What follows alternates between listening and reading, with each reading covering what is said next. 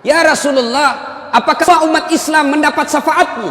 Syafaat itu kalau di kantor wali kota, rekomendasi, kata belece, nota. Sahabat bertanya, semua dapat syafaatmu ya Rasul? Tidak. Kalau kau mau mendapat syafaatku, ada dua syaratnya. Apa syaratnya? Kata Nabi, satu, aqimis salat, tetongangi sampajange, dirikan sholat. Ini yang paling penting, Pak. Ayo, Bapak mau mendapat syafaat, periksa dirinya. Sholatnya bagaimana? Mari geledah diri kita. Saya mengamati dari 5 rukun Islam, sholat ini yang paling banyak dilalaikan orang Islam. Puasa, Pak, biar tukang judi ikut puasa Ramadan. Pemabuk ikut juga puasa Ramadan. Zakat dia bayar zakatnya. Bahkan kadangkala dia pergi haji, tapi sholatnya yang dianggap remeh. Demi Allah, Bapak tidak haji, tetap dianggap Islam. Bapak tidak puasa Ramadan, tetap dianggap Islam. Tidak bayar zakat, tetap dianggap Islam. Tapi ketika tidak mendirikan sholat, demi Allah, kafir di hadapan Allah. Kafir. Buka Al-Quran, surah Al-Anfal, Al-Fat ayat 29, Allah jelaskan, Muhammad Rasulullah, walladzina ma'ahu asidda walal kuffar, ruhama'u bainahum, tarahum rukka'an sujjada. Tanda umat Muhammad itu, kalau dia mengaku Islam, rukka'an sujjada, kamu lihat mereka ruku dan sujud sholat 5 waktu. Bapak tidak puasa 5 tahun berturut-turut, tidak puasa, taubat hari ini, besok dia bayar puasanya yang lepas, tidak ada lagi kalanya. Tidak bayar zakat 5 tahun berturut-turut, taubat hari ini, besok dia bayar semua zakatnya, selesai utang zakatnya. Tidak haji padahal sudah mampu, tahun depan dia daftar, tahun depannya dia berangkat haji, selesai utangnya soal haji. Tapi kalau Bapak tidak sholat subuh tadi, bagaimana cara bayarnya? Coba jelaskan. Yang tidak sholat subuh tadi bagaimana cara bayarnya? Tidak ada, tinggal nunggu siksaannya. Begitu Bapak tidak sholat subuh, besok bagaimana caranya? Dia bilang, anak muda, besok Ustadz saya sholat subuh. Ya besok untuk besok. Ya, saya sholat 2 kali, lebih salah lagi. Tidak ada, Pak. Begitu pentingnya ini sholat, sehingga Nabi menjelaskan, andai saja sholat ada dalam dirimu, maka sholat itu seperti fungsi pentingnya kepala. Coba lihat fungsi pentingnya kepala dalam diri kita. Ada orang perang, kena kedua kakinya, tangannya amputasi, potong 2 tangannya, potong 2 kakinya, masih bisa hidup. Ada orang tidak ada pendengarannya, masih bisa hidup. Tidak ada 2 matanya, buta sama sekali, masih bisa hidup. Tapi pernahkah kita melihat ada orang lewat di sini tidak ada kepalanya? Itulah orang Islam yang tidak sholat, ibarat manusia tidak punya kepala. Gimana Allah mau kasih, Nabi mau kasih kita syafaat?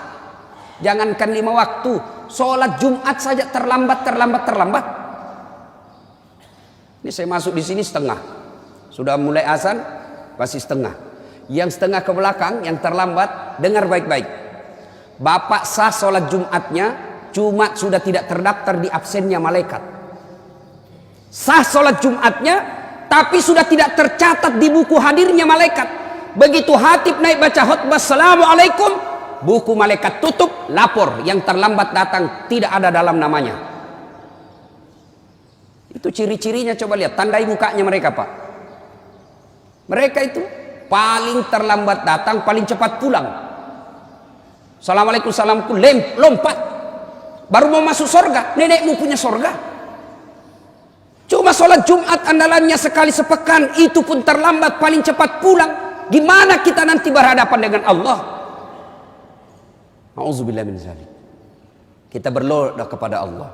Ya Allah, berikan saya kebahagiaan. Ya Allah, berikan saya kemuliaan. Ya Allah, sukseskan usahaku. Ya Allah, perbaiki rumah tanggaku. Allah jawab permohonan kita. Hayya 'alas shalah, sini saya kasih kau kemohonanmu. Hayya 'alal falah, sini saya kasih kau kemenanganmu. Apa yang kau mau, sini.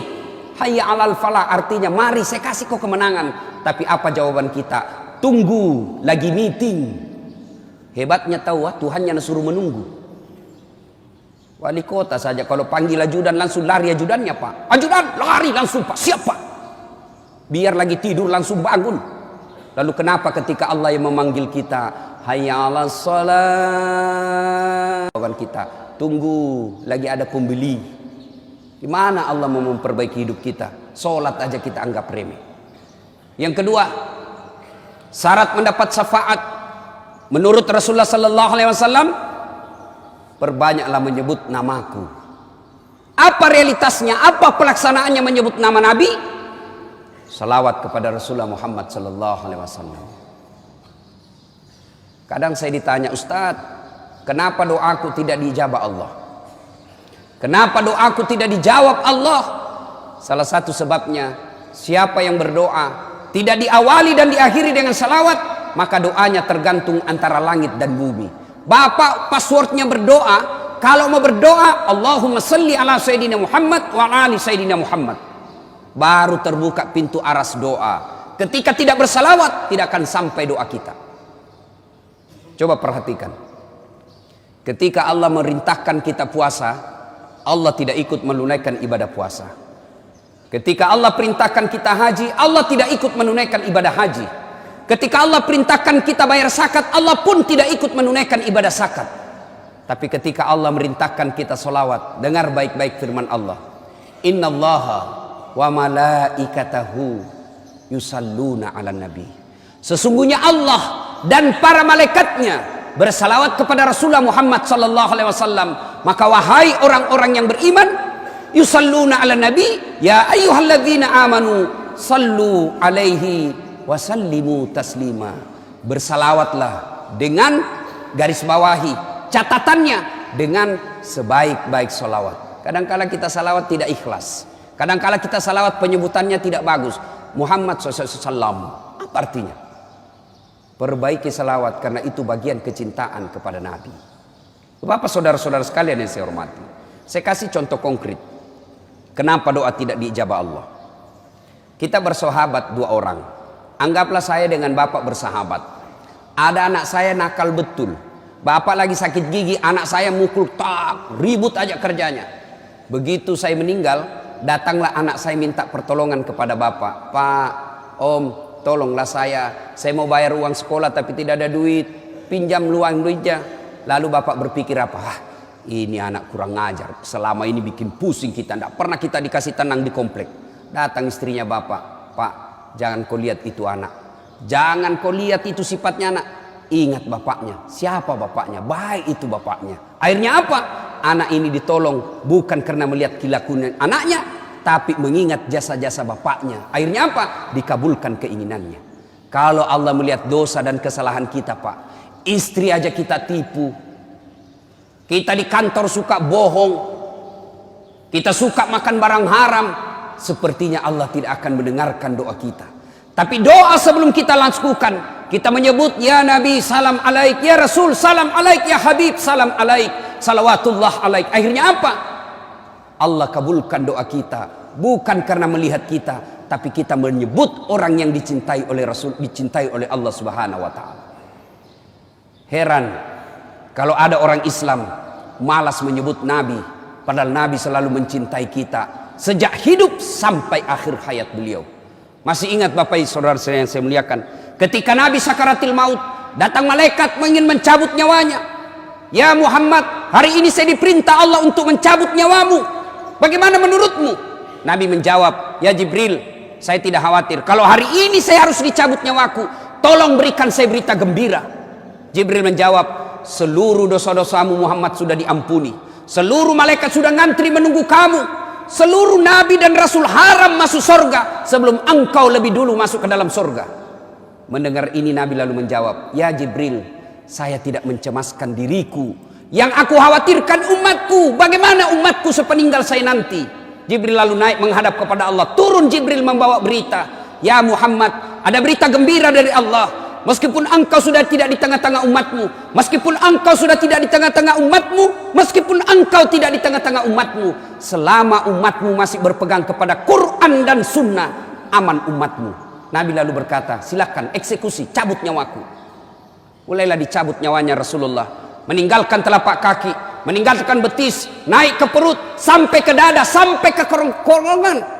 Di bibir beliau, apakah beliau ketika mau keluar nyawanya Siapa yang disebut? Apa beliau sebut Khadijah? Apa beliau istri Aisyah? Apa beliau sebut cucunya Hasan Husain? Tidak. Siapa yang disebut? Ummati, ummati, ummati. Umat kita yang disebut Nabi. Dan di akhirat kelak dijelaskan oleh Rasulullah, ketika hari kebangkitan, manusia pertama dibangkitkan Allah di hari kebangkitan, Rasulullah Muhammad sallallahu alaihi wasallam. Naik jenazah beliau. Seolah-olah bangun dari tidur dia gosok matanya. Lalu dia buka, dan begitu dia buka ada Jibril di depannya. Lalu Nabi bertanya, "Ya Jibril, hari apa ini Jibril?" Jibril menjawab, "Ini hari kebangkitan seperti yang dijanjikan Allah kepadamu." Lalu Nabi menjelaskan, kalau ini hari kebangkitan, siapa yang dicari Nabi? Apa beliau cari bapaknya yang tidak pernah dilihat? Apa beliau cari ibunya yang cuma 4 tahun bersamanya? Apa beliau cari cucunya Hasan Husain yang sangat disayang? Tidak. Siapa yang dicari Nabi? Jibril, kalau ini hari kebangkitan, aina ummati? Mana umatku? Mana umatku? Begitu cintanya Nabi kepada kita. Lalu apa balasan kita kepada Nabi? Kadangkala kita injak-injak sunnah Nabi. Kadangkala kita bersalawat pun kepada Nabi kita sangat pelit. Sehingga pantas ketika Nabi jelaskan, sepelit-pelit umatku di antara kalian adalah yang ketika dia dengar namaku, dia tidak mau dan enggan bersalawat kepadaku. Ya ayyuhalladzina amanu sallu alaihi wa sallimu taslima. Semoga ada manfaat.